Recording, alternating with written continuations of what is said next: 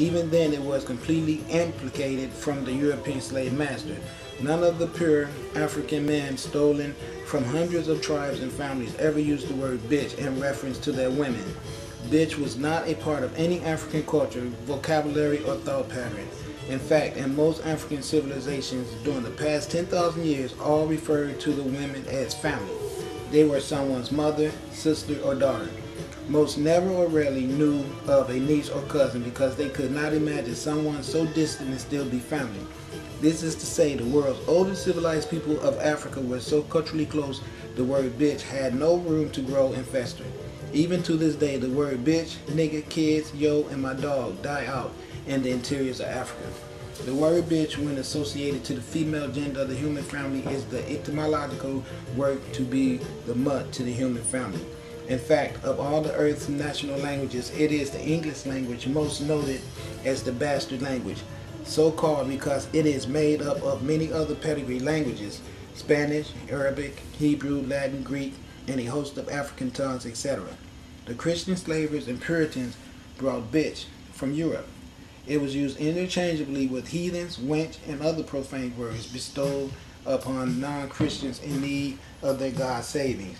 Then chattel slavery became an institution by the Continental Congress in 1774 and again in the United States Constitution in 1779, America. The land of the free and the home of the slave first come to the slave Negroes' names and colored in Ethiopian. These names mark those denationalized Africans who were common nationals from Nigeria, Gambia, Morocco, Mandingo, etc., now sold into slavery. Then through systematic domestication and downbreeding of African women void of protection of her man and country, the word bitch became her slave status.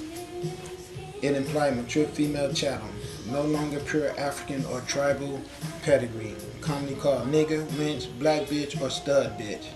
The sisters were used for catching or reproduction.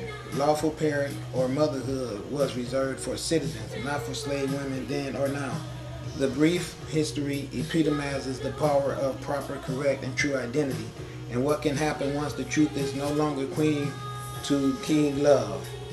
A person's free national identity must be removed from the eyes of the public before a misnomer can take full effect.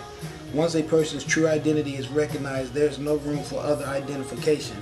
One name says it all. Chinese, Arabian, Mexican, Apache, Moorish, Sudanese, etc.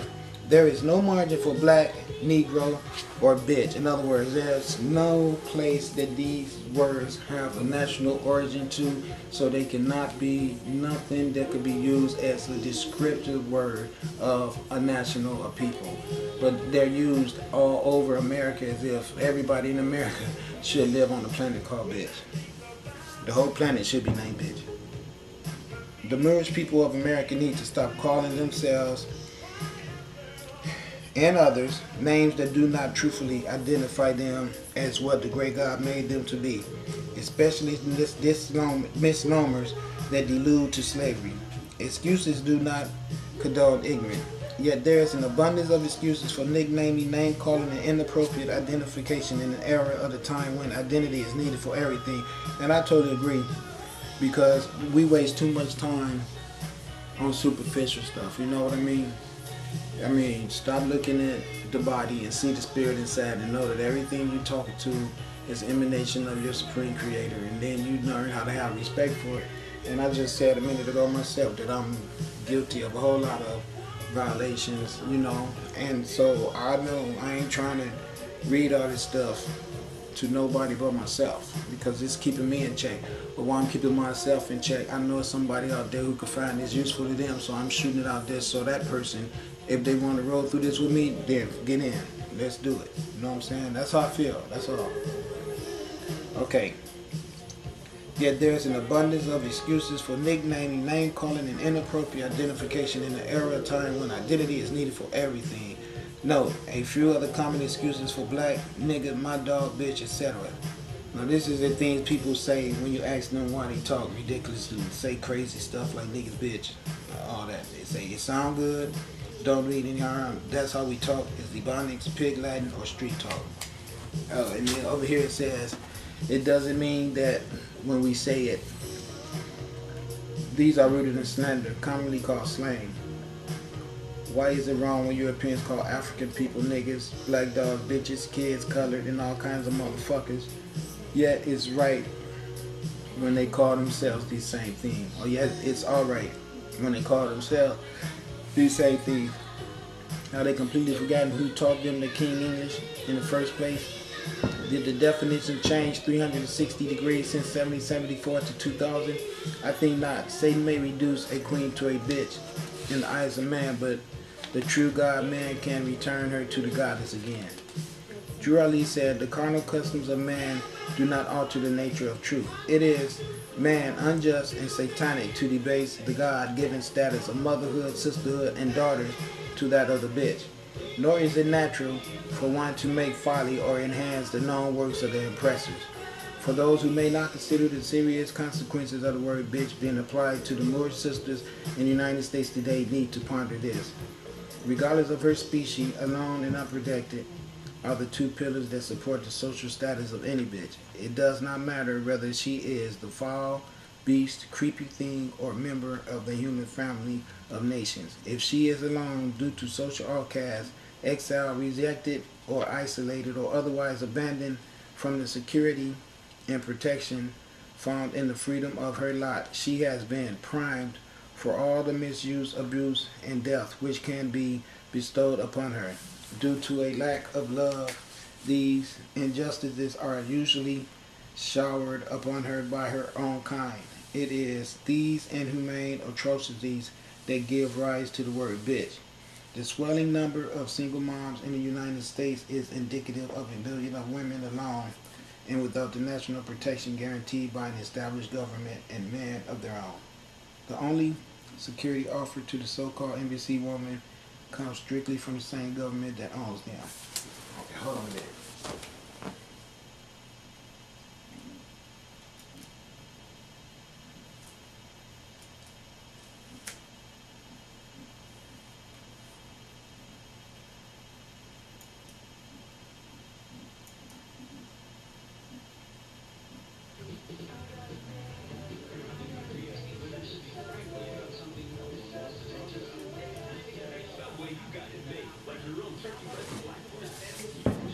Okay, I'm back.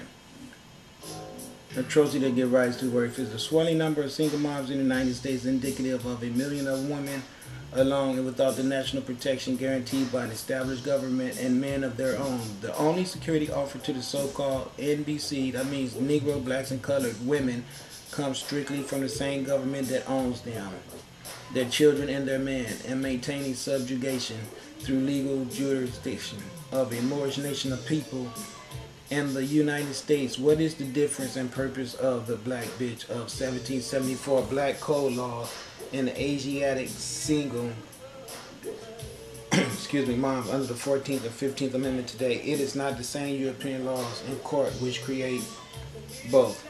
Ironically, it is the single moms who have now accepted the word bitch as common recognition amongst themselves. Naturally, this phenomenon of socially accepted bitchdom is promoted through the European Illuminati-controlled medias, and because it is so widely seen, heard, and placed to music, bitch appears to be the order of the day. Only made in USA. There is very little written about the next segment of the single moms during the U.S. slavery, but it is an unsung spiritual phenomenon experienced by single mothers and widows to this day. Did you know every time a child is conceived between the melanin-drenched African man and woman is indeed a manifested act of the great God? There is something perfect already centered with the birth of every human being. It is how man is made in the image and after the likeness of the great God, because the first came from a perfect source. The creation of a God child is creative fate unfolding with such infinity until the entire universe must expand to receive the coming of a god or goddess. Each conception is the divine bonding of the human spirit, which makes a permanent impression upon the souls of both mother and father. Each parent becomes each other joined at the child.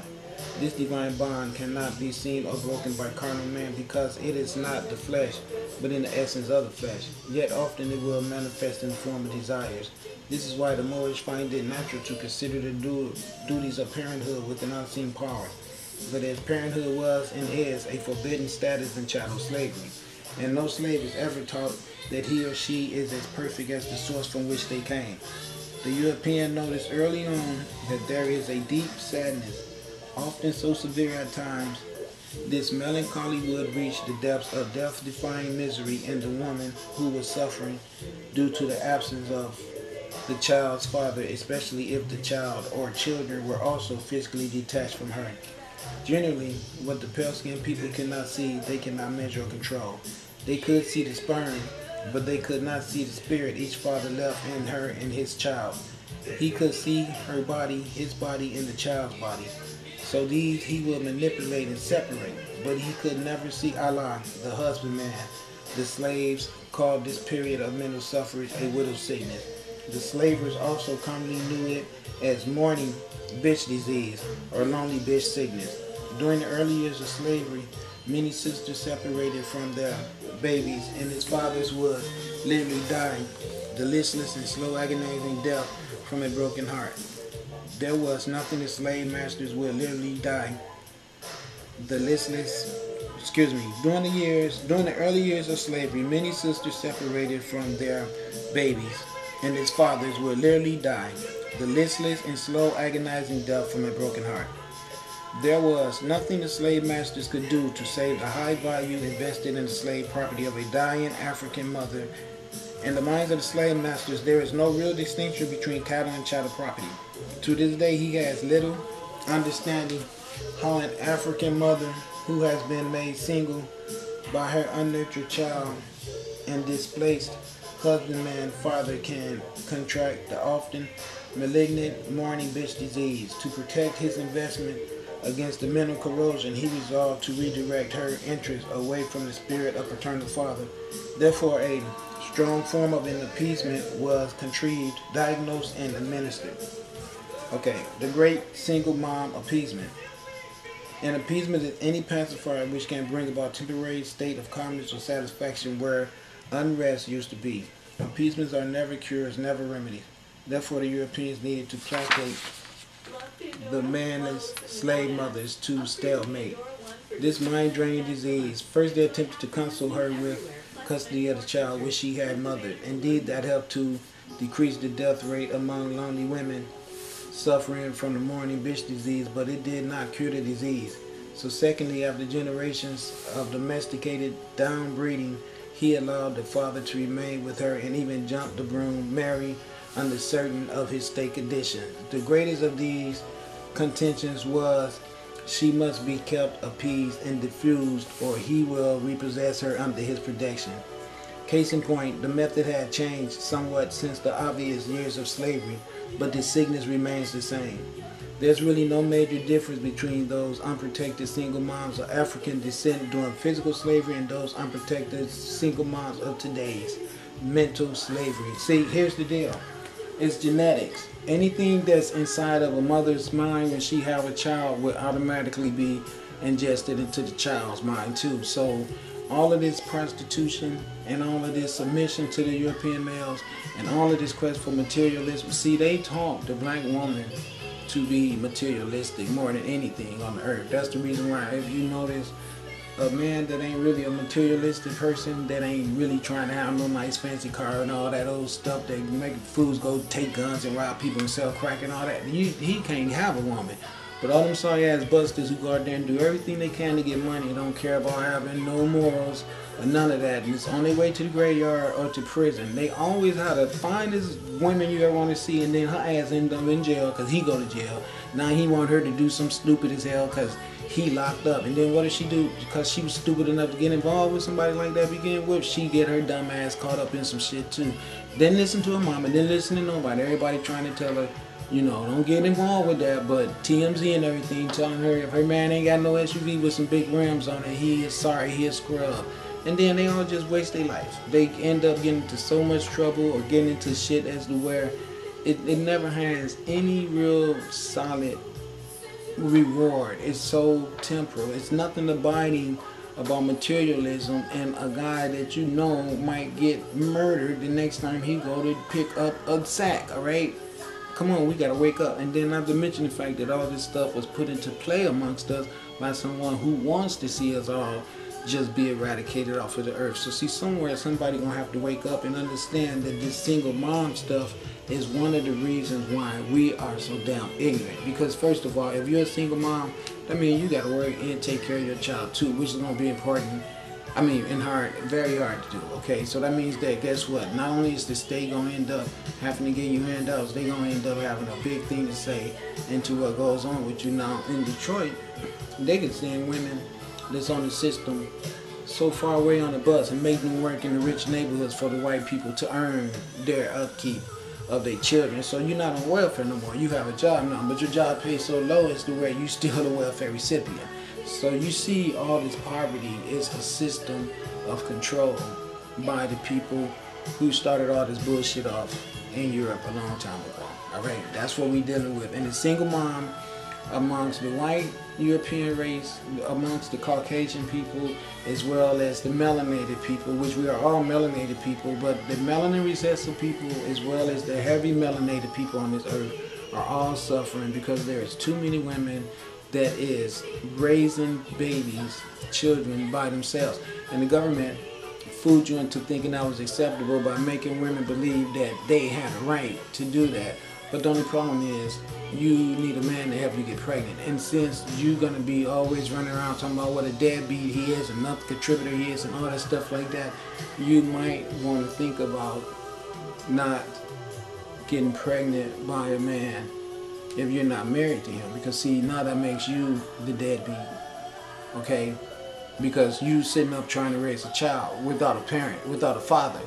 And no, you're not supposed to be doing that. I don't care how much your ego and how much these people on this earth done convinced you that that's totally acceptable. It's not. It is a form of mental retardation for you to get pregnant by a man that you have not established 100% confidence in yourself that he's going to be there for the long ride that it takes to rear that child properly.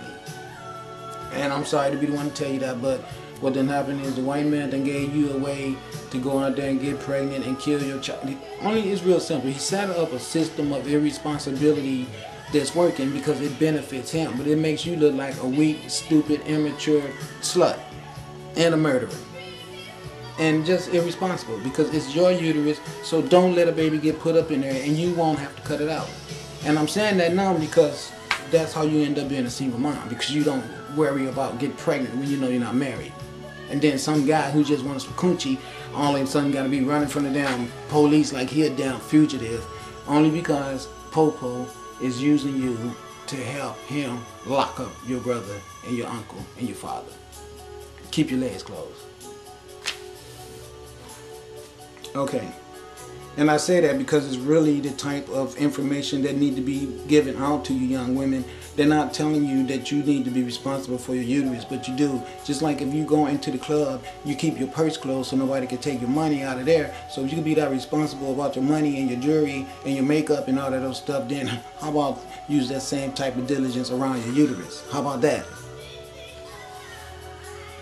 Case in point, the methods have changed somewhat since the obvious years of slavery, but the sickness remains the same. There's really no major difference between those unprotected single moms of African descent during physical slavery and those of unprotected single moms of today's mental slavery.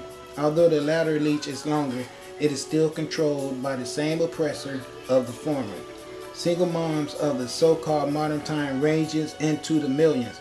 In the streets and prisons, the institutions of single moms is colloquially called the Lonely's Bitch Club.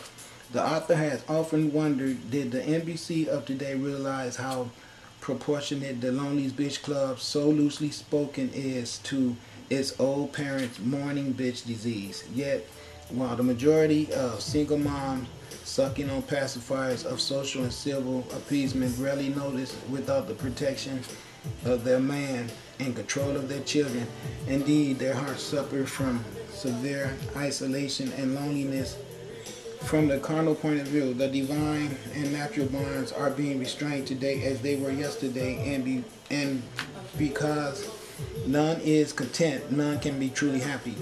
Hence, the souls of all single moms are naturally unhappy, regardless of the appeasement and refuge they find in same-sex churches, drugs, and the games of humankind. Most movers are unaware of the organized political backup that features the single mom. To say the least, single mom is a miscarriage of justice and a moral program to pure African motherhood. Tragically, most people do not see this aspect of the single mom, mostly because of the public overkill of their benighted black man. Rarely does she hear positive information about him. Of course, she would never hear of him as a leader of his own nation. Of course not, because you know why? That is a status that cannot solely belong to a male of a nation, all right? The leaders of a nation can come under both genders. Now, can a man be a leader of a nation? Yes, he can. But the thing about it is, what nation? We don't even have a nation. So it's going to be impossible to lead a nation if you don't have one. And as long as we're going to be niggas, black, colors, and single moms, we can forget about having a nation. Real simple. I mean, I hate to tell you that. Okay, it says the divine origin of the family. It does not take a mastermind to know that whatever is done to a mother will definitely vibrate a thrill from the center to the outer bonds of the entire family. Subsequent ripples can and will extend to the very shores of her nation's prosperity. To say that a mother's worth is key to a nation's value is an understatement. Noble Drew taught in reference to the universal pit of the family, so spirit man as seed of Allah, held deep within himself the attributes of every part of Allah. Now seed men are perfect, yea, as perfect as the source from which they came, but they are not unfolded until life made manifest. The child is as perfect as the mother is. To Moorish American Muslim, this revelation reestablishes the divine order necessary for true structuring of the human family. Contrary to this and so-called democracy founded upon the separation of state and church, God gives rise to family disorientation. This form of man's government of mass misinterprets the word freedom to mean social promiscuity at the demands of the people. This justifies social and political correctness. The single-parent family and the single mom derivative imposed upon the slumbering Moorish nationals highlighted the importance of the mother as the sacred soil which sustains the child, seed, which they, mother and father, have produced. If the soil, mind of the mother, is not rich with infinite wisdom, how then can the child be cultivated with the maxim of truth? Without truth, no child born into the human family is free. Although every child is born free out of truth, they are later enslaved into falsehood. And see, this is what I mean. The falsehood could be the whole idea of a society that does not see a problem with so many single moms. If we was a society that was not so dichotomized, where we had all these problems with people, racisms, and all this old bullshit about classes of wealth and sexism and all that, then everybody would be wise enough to say, no, we're not going to have this, we're not going to tolerate discrimination, and we're not going to tolerate people not being able to see a doctor. We're not going to tolerate people having toothaches and can't get their tooth pulled. That's not the type of society we want to live in. If you started having vibrations around that area right there, then right away you would eradicate single moms, because you would know for a fact there's something wrong with that equation. Now, everybody that's listening to me should think about how many women that you know that have children and no man.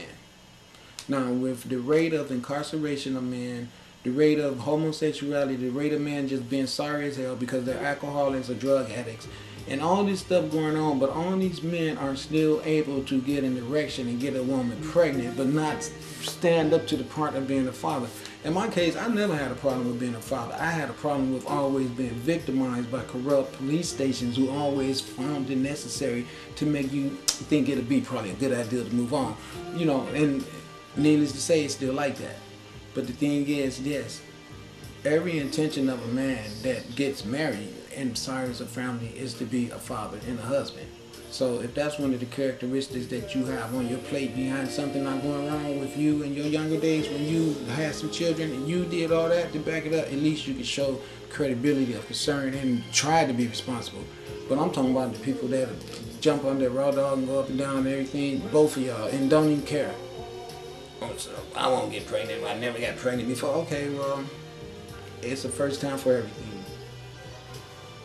So my point being is, we need to start reconditioning the conceptualization of everyone in the community. And then we will be able to have true knowledge demonstrated to our young children in school on why it's not a good idea to be having intercourse before you get pregnant, other than making condoms readily available just in case they decide to. We're giving wrong information to our youth. That's the reason why we have so many single moms. We have taken away the whole fabric of morality that's supposed to encapsulate sexual activity by having a government who shows movies like Desperate Housewives on television, and it's like no one seems to think that there's something oddly ill about that. Why would you be a society who wants to try to perpetuate the ideal of it being perfectly acceptable for housewives to be desperate and to demonstrate that to the world? And as if to say that men ain't shit except somebody who's supposed to be bring the money home to the woman, and while you out working, she could go out and do some more on the side prostituting too. Because they all look like prostitutes. When you look at that damn jacket that goes on those DVDs when you have your ads in Blockbuster, you go look at it yourself and tell me all those women don't look like prostitutes on there. None of them got a roller in their head, ain't not one of them got a bowling pin, none of them is holding a baby, ain't none of them thinking about putting no damn gloves on, washing no dishes. Please believe me, they all look like they getting ready to go turn a trick. That's what it look like to me. And I know what I'm talking about because I grew up in Detroit, so I know a hooker when I see one. Okay? Alright. So I kind of lost track there. Alright. It does not take a mastermind to know that whatever it says, the divine origin of the family. It does not take a mastermind to know that whatever is done to a mother will definitely vibrate a field from the center. We read that. We read that.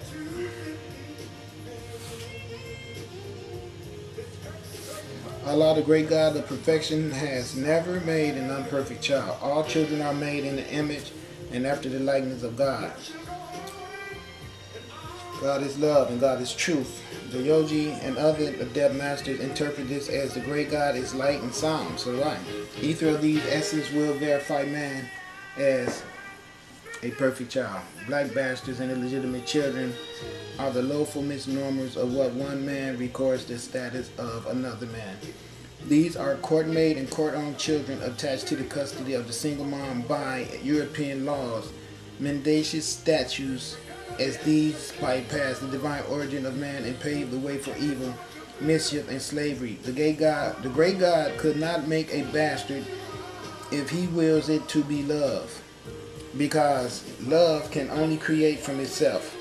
Universal love can only give life to man because man himself is love, and there is nothing illegitimate about anything created by the great God.